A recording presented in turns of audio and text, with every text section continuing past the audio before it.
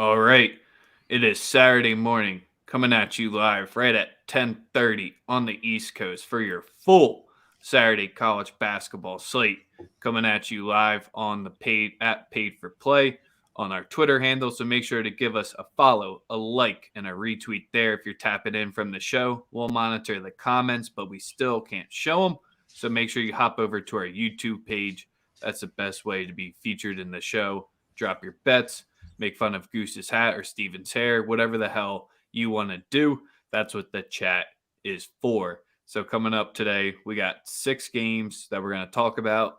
Then, as usual, we'll dive into our full cards of the day. On YouTube, make sure to give us that like and subscribe. We're at 977 subs. So, once we hit 23 more, that is $250 that will be given away. Daily Bread Media has already given away $500 to their first 500 subs. So that's kind of where 250, the big deal for the last one. But as usual, we're joined by Spin Doc, Steve, and Goose. Sosa will join when he feels like it. But how are you guys doing today? Spin Doc, we'll start with you. Yeah, it's good. It's good. It's good. It's a bitter cold Saturday up here in the Great White North, but we're used to it every winter. I ask myself why I continue to live in this dumb state, but it was good. Last night, basically even. Fresno State. I was just talking before we went on. If they were going to lose, they could have done me a favor and lost by 1, 2, or 3, or 4, but not 5. So it's all good. But yeah, ready to get at it. Ready to get at the card. Steven, what is up? Yeah, I feel like we're all in that boat with you today in that just cold, shitty, terrible weather.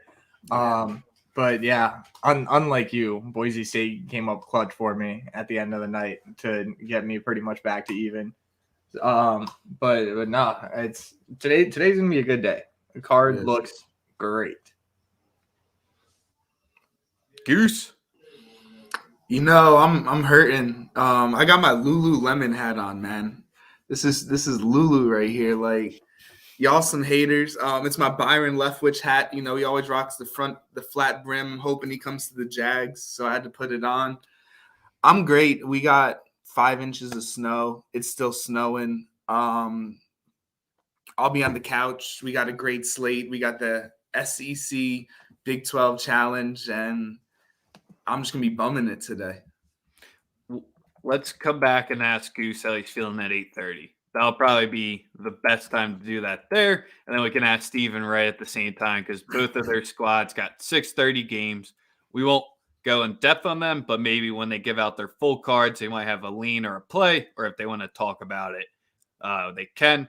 As Goose alluded to, we got the SEC Big 12 Challenge. So that's 5 of the 6 games we're going to talk about. The SEC won it last year, and it was the first time in a while. I believe Georgia, Texas A&M, and 2 other schools, Vandy and whoever's playing Texas A&M, all said, nah, you're not good enough, but the Big 12 only has 10 schools too, and the SEC has 14. That's what happens when your name doesn't match how many schools you have. So we'll get into the 5 big games there. If you guys want to comment and give your predictions of who's going to win the games from the Big 12 SEC Challenge, what conference is going to win it overall, maybe if you think it's a tie, whatever the hell you want to do, that'll be the games we'll be focusing on. All right. Other than that, not much else to get into. So we got plenty of time before first tip right at noon. So we'll start it off with maybe one of the, don't want to call questionable games of the day, but is LSU back? Goose, are they? I am going to run with TCU today. I see Pinson is going to be back on a minutes restriction for LSU. And I'm never a fan of that. Like, either you're back or you're not. I know he's got to work in, but I just don't know what kind of impact he's going to get. This TCU team does remind me of my Rutgers. Very scrappy, grinds out games. It's going to be a low-scoring game in the high 50s, low 60s. And I just think the energy today in this TCU arena should be jumping. It's a very big game for them. If they can get this win, they'll push for a nice tournament berth. And then a reason I'm on TCU is Darius Days for LSU, one of their best scorers, has 13 points in his last 3 games. TCU lets teams shoot. They pack in the paint, they scrap, they play some backyard basketball, but they'll give up some threes. With Darius Days cold, I want to rock with TCU today. I like it. Sosa, thank you for joining us. And it's the perfect time to talk about one of your favorite coaches. And we'll wait, but we'll let you get settled in. Steven, what are your thoughts and what seems to be a gross defensive battle? Yeah, you took the words right out of my mouth. I think it's going to be a gross defensive game. TCU played what looked to be their worst defensive game in their last game against Texas.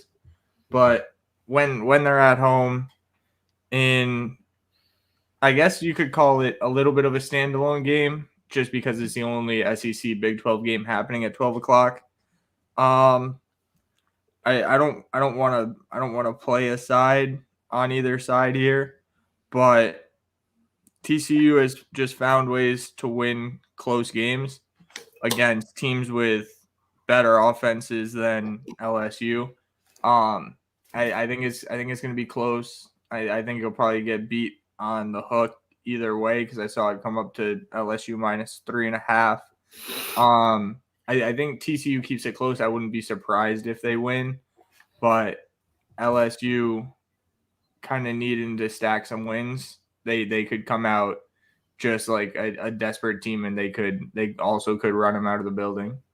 But my slight lean would be towards TCU plus the points. Oh, 2 people rocking with this TCU. Spin, are you with them as well? I am not with TCU on the points. I'm with TCU money line. Straight up win. Look, Goose said it with Darius Days and his poor shooting. I'll go a step further. He's 2 for 13 from deep in the last 3 games. He's shooting very poorly without Pinson.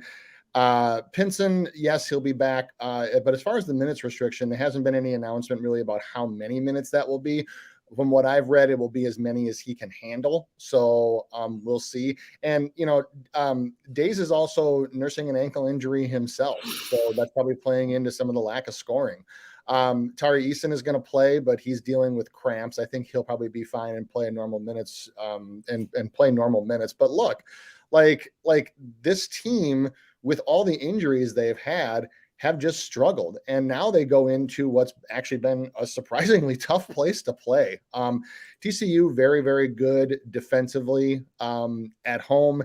And LSU just is not shooting the ball very well right now. It's not just Days. So I think that, sorry, a couple metrics with this. At home, TCU allowing opponents under 46% EFG. I believe under allowing opponents under 30% from the 3-point line. There's just not a lot. There's not enough reasons for me to back LSU here. So with the spread, with the plus odds, rather than say that, LSU is going to win by 1 or 2 or something, given TCU's penchant to win close games, I'm not going to personally play this one, but if you're going to play a side for this, to me, the value is TCU money line straight up as a home dog. So I'm going to go against the grain of the 3 so far here because we're talking and hyping up TCU's defense. Last time I checked, LSU has the number 1 defense in the nation. Mm-hmm. Last time I checked, TCU barely shooting 30% from 3. And that's where, sure, they're not taking majority of their shots there, but both of their offenses are basically, you can say, almost at the same caliber. LSU's might be trending a little bit better due to their health reasons. I just think LSU will be able to turn them over. And one of the biggest factors here is with Eason, Days, Pinson, if they're all not healthy. I've been talking about Eric's gains for a while now. At this point, In the last 5 games or 6 games since Pinson's been out, he's clipped over 30 minutes in each of them. He's only broken double digit scoring in 3 of the 6, but I think he's finally got his feet under him at this point. And I think he's going to be the game-changing factor here. And Mike Miles Jr. and Chuck O'Bannon are nice pieces, but I just think LSU is built to win a type of game like this, especially the way Wade has his team. If you want to get into a rock fight where neither team breaks 60, I just have to go with LSU here. The 2.5 or 3 is gross on the road. So that's kind of where if you rather just risk it on the money line and reduce it to win a unit instead of a full, that's where I could see it. But the turnover factor is a little bit concerning here for TCU to take them at home. Sosa, wrap this one up, and then we'll go a little bit quicker through the next ones. Yeah, I'm on the same with you, bro. I gotta roll with LSU. I don't fuck with Will Wade. I don't fuck with Will Wade at all. But I just think they're a more talented team, and TCU just won't make enough shots. I know they're at the crib. They're probably going to get a little, we all know that there's a different energy when you're playing at home. LSU's the more talented team. I like them to cover today. I think they handle business. That's just my personal sentiments. I think more talented team, and defensively, I think they're a defensive juggernaut. And whether or not they make a ton of shots early in the game, the defense is going to be able to keep them in it. And I don't think TCU can make enough shots down the stretch to keep this one relatively close. Sorry, I just wanted to one more point is that I've heard from pretty much the consensus here is that the spread might be a little bit gross to bet, especially if it's going to be a defensive rock fight. The main reason why I gave TCU money line was because it is at plus 145. And so for a home dog that's relatively evenly matched, to get plus 145 to me just screams value. So that's why I said I'm not personally playing this game, but to me the value play is in the TCU. That's why the value is in the TCU money line. To stay away from this trap ass game might be a nice way to Might put be it the there. best way to do it. Let's get into another potential trap game here, because of all the games we're going to talk about today, this is the line that makes the least amount of sense to me, with WVU going into Arkansas today. Still sitting at the 8.5 number, I believe. Let me just pull it up. Mm-hmm. Yep, 8.5, 143 total here. Once again, you can almost run it back for what we're going to say about the last one, but Arkansas's offense maybe found their footing, even though Note didn't have a stellar of a game in the last one, but they grinded out a close win at Ole Miss. And now you got WVU, who, regardless of what they're playing, regardless of what their record is, they're a team when, if you're giving me 8.5, when they're not too far away in the rankings, if they're far away in the rankings whatsoever, someone talked me off the 8.5 here. You're not going to get it here from me. Watching Arkansas a number of times this year, they are, to me, they're at their least effective when you protect the paint and you allow, or you force them into mid-range jump shots on the move, and that's Note, that's everybody, and West Virginia does not do a very good job of that. So West Virginia, for three-pointers allowed, they're 153rd.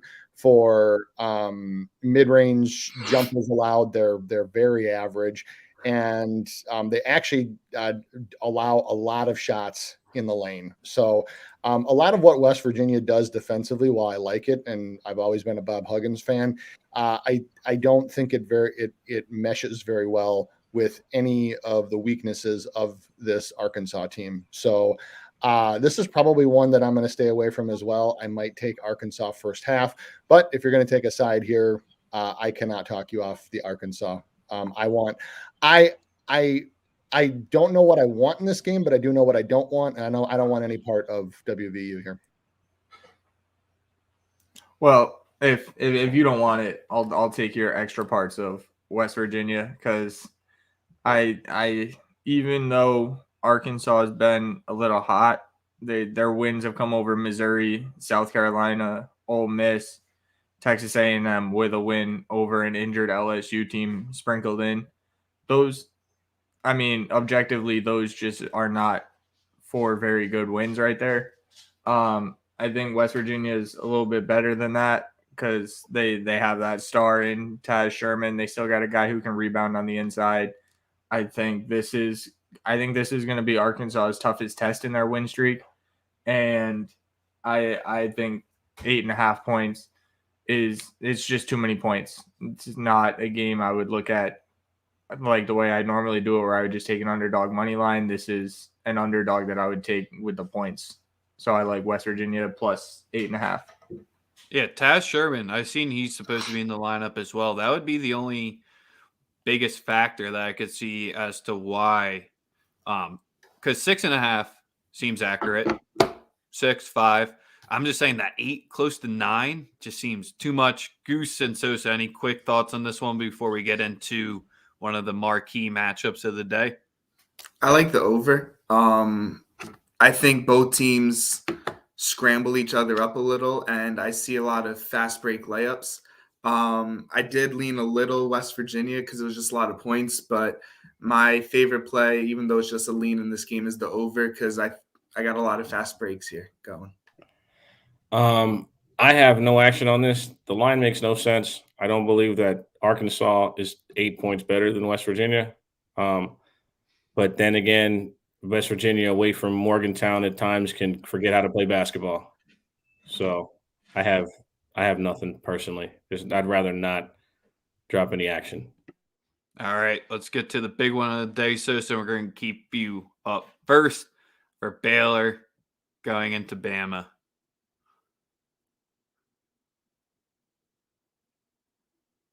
For me, I think this is upset special. I think Alabama figures out a way here. They've been struggling as of late at the crib. These are the type of moments. I'd actually, the smartest bet would probably be first half, in my opinion. What is the number at? This is a night game, right? It's a 4 p.m. tip. 4 p.m. I gotta find it on the. If you want Alabama first half money line, it's plus 110. Yeah, I think that would be the play for me at the crib first half, and then Baylor probably has some run of like elite defense at one point, and then they win the game by like 5-6 points. Foul shots get it done at the end. I think Alabama hits a bunch of threes in the first half, keep it close, and then I think Baylor. I believe that the more talented team figures out a way at the end. Goose. I'm going to rock with Baylor on the road. They had their slip up early in the month, and it's only been 2 games, but they rebounded really well from that. Beating Oklahoma by 14, beating Kansas State by like 25. I think this is a top 3 team. Bama did pop Zaga, but I like that matchup. It was pace versus pace. Baylor will slow it down a little more, and I think Alabama will struggle. So give me Baylor -3. Yes, sir. There is a shitload of games today, so don't you worry. We're going through only 6 in depth, and then each of us will be giving out our full cards. Show usually runs about 45 minutes, so we got about 25 minutes to a half hour left to give you guys enough time to lock in those bets before the noon tip. Steven, let's hear your quick thoughts on this one, and then we'll go to spin. I could see where Sosa's coming from, where Alabama could win the first half, but I really think Baylor can kind of just come in and dog walk this team. Like, their defense is so good, and they do it with a lot of guard and wing defense. So the spots where Alabama's thin in the front, Baylor doesn't really have to worry about that as much. They can just lock up on the outside, kind of the same way they did to Villanova. And I think this game has the potential to get out of hand and get out of hand fast, because Alabama has proven they're going to take the threes, but they're not really going to hit very many of them, even when they're not playing good defenses. Now you're playing a really good defense. If they still want to shoot threes, Baylor could get out and run and just make this an easy kind of walk away big win. Yeah, the only look I have for this game is the first half over 71. I can actually see this one hitting relatively easily. Where I think this one goes is that the way that Alabama can stay in this game is by pushing the pace, pushing the tempo. 27th overall for the year compared to 201st for Baylor. The way that Alabama can hang in this game as well and can really just kind of throw body shots at Baylor is to get out and run and attack the rim. So Baylor defensively does not allow a ton of free throws, but Alabama does an exceptional job of forcing them. They're 15th in the country, averaging almost 30 free throws per game. So I can see Baylor making enough adjustments at halftime where I don't know if I like the full game over. I would agree with Sosa that if you are going to play a side in the first half, Alabama money line would be the one to go because of the plus money. But for me, it's over 71 because I can see Baylor for sure scoring enough points here, especially with their offensive efficiency from pretty much anywhere except for mid-range compared to Alabama's defense. And I can see Alabama getting at least a few easy baskets in transition. So for me, give me the first half over 71. And maybe this is also one that I will hit live after that. Yeah, that's just basically all comes down to what type of game plan Scott Drew wants to deploy here, because this Bama defense is very vulnerable, and they can't hit the three well. So that's kind of where if Baylor wants to make them play a half court game and just completely slow it down, take their time, and then hit them in the middle, not too bad of a shot because Bama, they rank in the bottom 200 for defensive or 2-point defense, and Baylor, they're just an efficient offense. They can click you wherever. And if they want to get into the fast-paced game, I think Baylor can still compete in that and won't have any issues in that aspect either.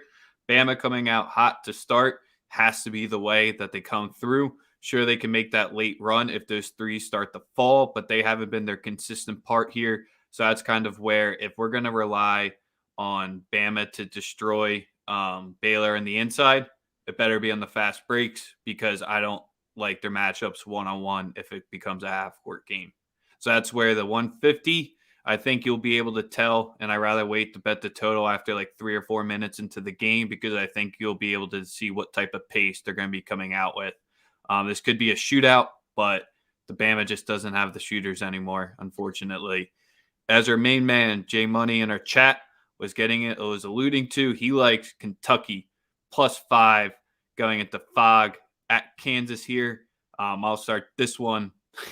He was just talking to himself in the chat again. I'll start this one off here. I think the Kentucky +5 is the way to be on this one. I think this is another aspect where you could take Kansas on the first half points and then take Kentucky on this, then could take Kentucky on the second half and the bigger than +5 because that's what Kansas has done. Their first half offense has showed up and they've locked the teams down. Once they get to halftime, I guess Cal and Self, are they just going to out scheme each other and just completely just keep counteracting each other? Because that's kind of just where the halftime adjustments here, Cal should be able to make them here to stay in it because we've seen in Kansas teams in the second half have came back and made the late runs a la Texas Tech earlier in the week. So that would be the way I would kind of attack it. Go Kansas first half, Kentucky second half. Who wants to take this one next? I'll take it. I like Kentucky as long as their backcourt's healthy. If either Ty or Severe end up being out, that would kind of scare me off it just a little bit. But if they're healthy, their shooters are starting to come around. Like Kellen Grady coming in from Davidson was supposed to be like that deadly shooter, and it looks like he's finally getting there. If you can start, if they have two consistent shooters to go with Sheboy in the middle and their guards in the backcourt, Kansas has not been playing all that well right now. Like it took a big comeback to beat Kansas State, and Texas Tech took them to double overtime. I think as long as Kentucky's backcourt's healthy, I like them plus the 5.5 with a little sprinkle on the money line.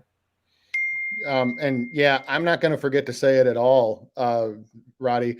I will never pass up a chance to shit on Bill Self because he is the most overrated coach in college basketball. not major college basketball, all of college basketball, period. Jay Money said it. It's Kentucky money line for me. There are too many matchup advantages here that I see. So even with it being at Kansas, I still like Kentucky to pull out the win here. The big advantage that I see here metrically is that there are a lot of offensive advantages that Kentucky has. One is from mid-range, so they're 32nd in mid-range, and Kansas is 129th in defending it. But the biggest one is on second chance points. So Kentucky's second in the country in second chance conversion at just over 10%. Kansas is 179th in preventing that. So I see that even if Kentucky's not shooting very well, I can see them controlling the boards, having a lot of advantages for rebounding. I think this will be a nip and tuck game. So if you don't have the stomach for the Kentucky money line, you can definitely take Kentucky with the points, because I think that one will actually hit relatively easily. But from a value perspective, give me Kentucky money line. And I think that's two. That might be three money line dogs that I've taken already. Gun to my dome. I'm on Kansas. I'm worried about the health of Kentucky right now. I won't be on it. I'll watch it. Agbaji or whatever. He's been dropping buckets lately. Yeah. He's hot right now. Kansas is home. The crowd. It's a 6 p.m. game. The crowd's going to be electric. A fully healthy Kentucky, I think the line would probably be less if we knew about like Ty Washington's status. So, yeah, if I had to pick, I would be on Kansas. Sosa? You're muted. As much as I dislike Bill Self, I think he's a complete bozo. Me, Steven, and Rex broke. We did a space the other day, or not a space, a show the other day where we were talking about places that are just difficult to walk out with a win if you're an opposing team. And there's definitely value on Kentucky, but Goose hit it on the head for me. The health of that roster. They have key players that might not be 100%. Abaji didn't he just almost drop a 40 clip on Monday night? They're playing well, and they play well in their building. The energy, like Goose alluded to, while I think that, again, this Kentucky team, like Goose said, Goose pretty much said everything I was going to say. This Kentucky team might be top 3 most talented when they're all right in college. When they're all healthy and they're all good to go, they have depth, they got frontline talent, they got guards. But when those pieces aren't all there, going on the road, especially at Fog Allen Fieldhouse, I gotta roll with Kansas to handle business. That's just that would just be my lean per se. You know, I don't like betting on Bill Self, but we're not betting on Bill Self. I think we're just betting on a hot shooting team right now at the crib. That's just me. It's always dark in Fog Allen Fieldhouse, bro. Like, road teams don't like that. Good over. Whew. Like that you bring that up, because Kentucky and Kansas have been two teams. If you tune in with the bread, especially Kansas has been a team that we've been targeting. It's the Ty factor. So that's kind of where you just wait for that, because he's the key part of that offense that gets them clicking and rolling. Sure, they might lose a little bit on defense when he's there, but the gain on the offensive production outweighs his defense. We haven't talked Illini yet. We only talked 3 games. Illini since Kofi's out. Took him at 3.5. You're going into Northwestern there. Good luck, because Northwestern hung pretty tough against Michigan. But if you watch Brett as well, sorry to bring that up again, we've broken down what's wrong with Michigan's offense to a T. 2 games left, and then you guys can throw in questions. We'll talk about them. Maybe it'll be in our best bets, because they're moving a little bit quickly here. So this is a line that I'm really kicking myself for not getting it at open last night, because I was too busy watching other games. We got Tennessee going into Texas here. Opened at 2.5. It's now 3.5. Man, I really wish I had that Texas 2.5 right now. Real bad. I can give a full breakdown of this one, but does anyone want to start it off or have any good gut feeling in this game? Nah, I don't have any real feeling in this game. Your Texas. statement win game. Texas always scares me. I'm not going to trust them for anything. But at the same exact time, I will never trust Rick Barnes in a game either, especially not on the road. So I guess it's who do I trust less? And right now it would probably be Tennessee on the road.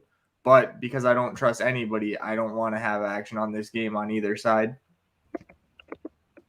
Yeah, if Bill Self is the patron saint of overrated college coaches, Rick Barnes is the junior patron saint of overrated college coaches. I want nothing to do with this game, period. But if you gave me a free play, it would be Texas by a mile. I will never, ever trust Rick Barnes on the road, like Steven said. That's really my only thoughts on this one. So this is 100% fate of the coach here. I really have nothing on this game. All right, so you go for it, because then I want to really break this one down. Well, Rick Barnes is a bozo. I mean, I know you're going to break it down like numerically and shit. No, not numerically. But he's a fucking bozo, bro. Like, we've faded him 4 times on this show so far, and we've never lost. So why just stick to what works? Keep it simple. He's out of Tennessee after this year, bro. I never seen a guy put guys in the league and just can't win. Like, have y'all? Have y'all seen anything like this? Into the league? Yeah. I can tell you how the rest of Tennessee had 2 first-round picks in the last draft. They couldn't even win 20 games. He can't even get in. Jaden Springer can't even get minutes. That's not the point. He was a top 20 pick. Yeah, we're fucking starting Charlie Brown Jr. over Jaden Springer. That's not relevant. He's putting players in the NBA, and he can't win any conference games. He can't go on the road and win a big game. It's his offense. No, and he used to coach at Texas. They're going to smoke him. Here, just real quick. I'll give you the synopsis. I'll spoil it for you. You don't even have to watch any of their games. Here's how the rest of Tennessee's season will go. They'll go a little bit above 500 the rest of the way in SEC. They'll lose in the second or third round of the conference tournament. They'll get bounced in the second round of the NBA.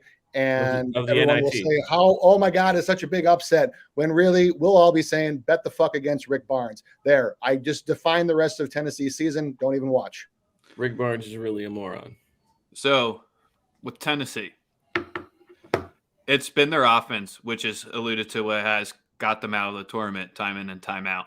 So far this season, and it's been in low-scoring games because that's what their style has contradicted to. But now they're actually starting to play with a little bit more pace, a little bit more open.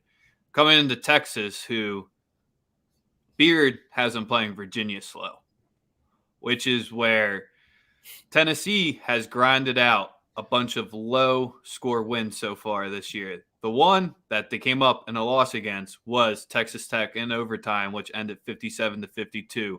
They're able to grind out low wins against Ole Miss, Vandy, LSU, not at full health, South Carolina. I think in a low-scoring game, that's what's been overfavored by the books here in the market, that they're expecting Tennessee to hang tough. Sosa's saying, don't worry about it with the 3.5, so I'll rock with them with the 3.5 because I was going to wait for live, but we'll take the initial action on the 3.5 for Texas here. Weird statement win. You made it clear too. They're playing Virginia slow. That you can do that when you have a great coach. You can play. You can, and that's the thing. When Chris Beard first got to Tech, he didn't have the athletes, so he made sure that he controlled the pace of games until he got the athletes. Mm-hmm. Texas is going to scrap and claw all year in every single game because he gives his team that identity until he gets the first round picks to start pulling up. It's just how he works. And he'll definitely be getting them at Texas. Like Chris Beard will win a championship at Texas in 5 seasons. I'll almost guarantee it. I'm almost inclined to guarantee that. I think he's that great of a coach, and I believe that his impact on any program he's gone to has been that stellar. He's an elite basketball mind, in my opinion. So I'm not shell-shocked from Toby. He just doesn't put consistent NBA players into the league. Yeah, I'll second that about Chris Beard, because I was at the Final Four and actually very, very close to the Texas Tech bench when he was managing through that Final Four, and the coaching that he did, even though they didn't win the championship, that was absolute masterclass. The entire Final Four, the way that they just absolutely completely dismantled Michigan State, and then the way that they the way he coached in that championship game, that was a genius at work. The details. He's a master of the details, and he All right. gets kids to buy into that. So that's just me. I'm a huge Beard fan for sure. Mhm. Love Shaka Wow. Smart. They made the right decision though. And Chaka's doing great at Marquette. Indeed. Let's get to the last game. Not a Big 12 SEC challenge. You know we got to talk Michigan going into Michigan State here. So Big 10 Goose, you know where you're starting this one off here. Nice. I want to rock with Michigan State. I'm not fully believing in Michigan's revival, I guess. They did beat Indiana, I believe, which is a good win, but I forgot the other 2 wins that they had, and I wouldn't consider them the best Big Ten wins. Michigan State's at home. I think they're just a 5.5, 6-point favorite. Should be. I just think with Michigan trending that this line is a little short. And Max Christie has been, when Michigan State wins, Max Christie plays well, and he's been playing well recently. I like him to drop some buckets tonight. And Hunter Dickinson is a great great player for Michigan, but I think Michigan State, their tenacity will get this dub. Home team has won the last 6 in a row in this rivalry, and actually has won. Michigan State got a win at Michigan in 2019, but before that, it's basically just been home team all the way. I don't see that changing tonight. I definitely am not going to completely buy in to Michigan being quote unquote back. They played like too ass for too long for me to believe. So yeah, the win over Indiana was fine, but they still have a number of deficiencies, including in their backcourt. So for me, I'll take Sparty. I'll take Izzo 100%. Yeah, I'm right there with you guys. I'm afraid this might lead to that we're all on the same side type curse, but you never know. I think Michigan trying to rely on freshmen and sophomores at some point is going to burn them. Like they can go through a nice little stretch for a few games like they just did, but players that young are too up and down to win games consistently. This is I think this is one of those spots. Michigan State's a veteran team. They don't necessarily have a star, but it makes it that much easier for anybody on the court to burn you at any time. I do still like Michigan State minus the 4, but not enough for me to really want to play it because at the same time, even though Michigan's freshmen can be bad, they were also top 10, top 20 recruits for a reason. In a rivalry game, they could come out just absolutely unconscious and just kind of swing at Michigan's way, but I would still lean Michigan State. My bad. I was laughing because they're shoveling outside. My place, my neighbor offered tequila shots, so I kind of lost my shit at 11:15. But you can't drink all day if you don't start in the morning, I guess. In this type of matchup here, sorry if you hear a bunch of scraping. I'll try to go quick. I want to be on Michigan because the guys we're alluding to is Michigan's back because that's the little narrative I've been talking up. The game against Northwestern and that defensive or that offensive lapse that they went into is all the writing on the wall and what we talked about. Michigan is doing the offense that we've seen time and time over again if you lived in Philadelphia, where they're just dribbling around the 3 for 15 to 20 seconds and then relying on 10 seconds of offense inside the arc. And that's not going to work against Sparty. It's not going to work against Izzo, and it's going to get you run out of the building. And in the last game, Hunter Dickinson had 9 points against Northwestern on the inside. He was he was like my game factor or X factor to get them over 72.5 points that lost by the hook. So now you're going to have him going against up the Michigan State bigs. He has a big chip on his shoulder from how poorly he played last game. So that's kind of going to be where he's going to have to single-handedly win it. Izzo, I think, can out-scheme him. get them neutralized into the game if Northwestern's and Chris Collins can do that. Northwestern beat this team by a bucket at the crib. Well, it's going to be the first time since '62 that Northwestern won at Michigan and at Michigan State in the first time in the season. Almost. It's pretty insane. And then also, I believe the other team that beat them at home was Kansas. I think Kansas beat them like first game of the year. No, that was at NYC. Me and Steven were there. Okay, so that's what I'm saying. That was okay. So, but they were considered a home team. You're right. So they've lost one time on their home floor all year. They covered every game that they won. It's Izzo at the crib for me. Like that's what Izzo at the cribbo. Izzo at the cribbo. You already know. You know what I would love to know though, like what I would like to know is how much time Izzo actually spends on the court. If you guys ever really watch him. Is it both feet on the court or does one count? Both, bro. This guy is just watch how he runs the show at Michigan. It's nobody's a better manipulator of referees and knows how to control the pace of a game as a coach like Tom Izzo. He just knows how to work the refs better than anybody. Especially that coach's box that exists, not in Michigan State. No, bro. Just watch the game today. And I know this obviously is like, look at where Izzo is on the actual court.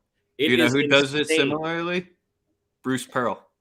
Well, Pearl's like that too, at home because he knows he can do whatever he wants. Mm-hmm. It's not. I don't think it's that we don't have faith in Juwan Howard. It's just that Juwan Howard, this team does not hold his identity. This team and the way they play are playing Phil Martelli basketball. They're not out and running. They're not trying to get in transition. Obviously, their guards aren't as good as last year, but they're not playing with pace at all. They want to make it an ugly game, depend on bigs, and be able to beat you up on the boards. And they run a yellow offense once they get up big, which is where they just run the clock down for the 20 seconds, and it allows the teams to get back into it because you get out of your rhythm, you get out of your flow, and it allows the other team to build it. And they were just making some stupid turnovers if they faced a little bit of like 3/4 press the last game. Sure, Juwan can coach them up and change it, but until we see the offense have a little bit of a different identity change, and it's so reliant on getting the ball to Dickinson on the post, if it doesn't, they dribble around the 3 for 15 to 20 seconds. Just the offense needs a little bit of a revamp, and I think they're back. I'm trying to buy in on this team before I sell them later, but this can't be a spot that I buy in. Full cards time. You guys were hitting us up on some thoughts. So I know one of us has a play in the Miami versus Tech game, so you can hear about that. I'm sure somebody has a play in Duke versus Louisville as well. Those are the two games I saw coming through here. So we'll run through our cards. Ask us any other questions if the game's not there. We'll give it a quick hit afterwards. Who wants to start their card first? I'll go. Goose. I'm on 6 plays because it's a 6-pack kind of day with this blizzard. I'm gonna rock TCU +3. We talked about that earlier. I'm gonna be on Wichita State -2.5. They started 0-4 in conference. Finally got that win. I think they roll at Tulane. Michigan State -4. Xavier -1.5. I think they bounce back and take care of business at Creighton. Baylor -3. And then my mid-major game of the day, I'm going to be on – I'm going to say this wrong. Bellarmine +2.5. Bellarmine is right. That's right. Yeah, Bellarmine. I like how they're playing lately. I'm upset. I just forgot who they're playing because I was so focused on the name. They're playing Florida Gulf Coast. And, yeah, Bellarmine, they're hitting their stride in the A-Suns. So I'll go with them +2.5. The fun fact with Bellarmine, they play defense with their offense. Literally what they say. It's constant cuts. If you're a guy that if you're someone who likes to watch different styles, because you can do that in college basketball, throw in a Bellarmine game. What they do in their offense, they literally play offense on defense. Steven, you're up next. All right. So I think I have plays on all the games the chat brought up. even without Trevor Keels, I think Louisville is kind of just packing it in for this year. Like they had so many problems in that program. I'm still taking Duke minus 6.5. No fired coach bounce back spot. Nah, not for this team. I like Miami minus 3 over Georgia Tech. I like St. Louis minus the 6 against Duquesne. I know I said I'd never do this again, so this could really be a problem. But Indiana minus 1.5 over Maryland. Florida State minus 2.5 over Virginia Tech. And then I get into the 3, I think, best mid-major games of the day. I like Morehead State plus the 9.5 against Murray State. If you guys don't know those two teams, you need to watch them because they are really good. I like Jacksonville State plus 6 to cover against Liberty. Those are probably the 2 best teams in the A-Sun right there. I like Santa Clara money line now that they're back at full health. I think they're still undervalued. I like them money line to beat San Francisco. And then just a couple random games at the end. I'm fading Omaha, so UMKC minus 5.5 over Omaha. And then my last one is just Wake Forest money line over Syracuse. Syracuse should not be a favorite here. All right, Spin. What are you All rocking right. with, or is it All just right. the plays from earlier? Yep. So the ones that I said earlier, I am going to go because y'all know that I do a lot of mid-major. So I'm going to go with North Carolina A&T minus 6 over USC Upstate.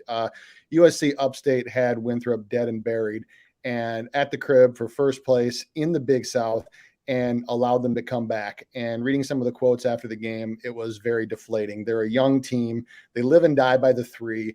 They're a very emotional team. That house was packed. There was no reason they should have lost that game. Winthrop actually hit what I consider to be a very lucky 3 to send it into overtime. And you can just see the deflation on them after the game. So I can see this being a hangover game. North Carolina A&T has been very good at home this year. So give me North Carolina A&T minus 6. Another one that I like is I like Towson at home minus 6.5 against Drexel. The CAA is one of my darling conferences. Towson metrically is one of the best teams in the country. For an analytics person like me, I just salivate to watch them play basketball. They have shots basically outside the arc or inside the lane. They defend both. They are efficient on offense. They're efficient on defense. They do a lot of things well that Drexel does not. So give me Towson minus 6.5. Maybe just as one I'd like just as much would be Towson first half. And then the other ones that I'm going to go with, I'm going to give. So I've been doing this, and they're on DK. I've been doing this. I've been modeling this because I want to get into this one. College basketball player props. So not every book has them, but if your book has them, I do have 2 that I think that you can hit. So the first one here would be Hunter Dickinson over 15.5 points. He has hit this in 6 of 9 games. He has double-digit shots in 8 of last 9. He's shooting 60%, and it's at minus 105. So there's a couple other metric reasons, but for time's sake, I'll say Hunter Dickinson over 15.5 points. And then the other one is Adis Toney for over 10.5 points. So those are my 2 player props. And then the last one that I'll give out here, I will go with Old Dominion minus 2.5. So another mid-major. Sosa, what you got for us? Oh, man. For me today, my favorite bets are Baylor. Alabama first half money line at plus 110. I like Xavier. That's my favorite. That's one of my favorite plays today. Actually, Steven already said it, but Xavier got it at minus 1.5. Minus 110, Xavier. And then I'm also on LSU minus the 3. I just think that line makes no sense whatsoever to me. None. See, I'm on LSU big time today. Other than that, that's really all I have official. I really do. I also like Kansas. I really like Kansas to win. It's not official play, but I like Kansas to handle business at the crib. It's just the over too, but definitely I think Kansas handles business. I think Kentucky's just too banged up, and Kansas just playing well in that gym right now. Official mark. 11:26 a.m. Sosa stands behind Bill Self. No, I'm kidding. I'm fucking with you. I gotta do it. Hey man, this is like you're betting on Baker Mayfield. Like I'm fully aware of the risk that I'm taking on right now. I get it. You wanna hear someone who's taking on a decent amount of risk? 2 gross bets of the day. Extremely gross. We're taking Utah on the money line at plus 105. They're on a 9-game losing streak. Ends today in Washington. Second gross game. That one's a 5 p.m. tip. Second gross game of the day. This one starts in a half hour. We're taking the +6 -110 with Georgetown going into Butler. No one ever shoots well when they go into Butler. The last time they played, Georgetown shot 33% from the field for the entire game. And that was at home. So Butler obviously has their number. I don't care. Third play of the day. We're going to be back in one of our squads going into Stetson. So we're back in Eastern Kentucky, -4, -110. Stetson's a fade-on team. Eastern Kentucky, they live and die by that 3, so be able to hold and stomach it there. Next one that we got and how we're going to wrap up the show with 4 plays. We're going to be – we have 5. We have 2 more left. We didn't talk about 2 of these Big 12 SEC matchups, so here you get action in it. K-State, -115 on the money line. They're going to go into Ole Miss and win today. Grinded out game. Sure, Ole Miss can defend the 3 well, and that's where Kansas State relies on it. But we saw Arkansas be able to cook it a little bit from deep. Kansas State, I think they'll out-scheme it. It'll be a classic Kermit meltdown. If you've never seen a Kermit meltdown, it's a great time.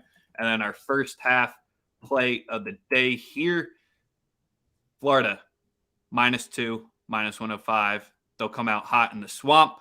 Boyan might make second half adjustments. Sure, Oklahoma State may fold up after they get down big since they're out of contention, but I want to be rocking with Florida in the swamp. I don't want to be laying 3.5 for a full game, so I like them to get out of the first half to win by more than a bucket. So that's 5 plays for you all today. And just real quick, to answer Eddie's question in the chat, Out East Tony plays for Arkansas. It's over 10.5 points is what I'm going with. That's really about it. I think we've touched on almost the Oklahoma-Auburn is the only game that I can think of that in the Nova game. UNC maybe. We don't have to talk about everything. There's way too many to get through. Yeah. This has been Daily Bread Media, paid for play on Twitter. Part of Daily Bread Media. Make sure to check out the Wise Guys Diamond Club if you need that extra action. Make sure to give Goose a follow on Twitter, A1 follow there. Make sure to get Stevens following there as well because he's giving out his best bets. And make sure to dunk on them on UConn if they end up losing to Javon Freeman Liberty today. They're not losing. And Spin and Sosa tomorrow for Sunday morning quarterbacks. Coming at you live right at 1 o'clock. Same YouTube channel, different Twitter handle. Give us a like. We're out.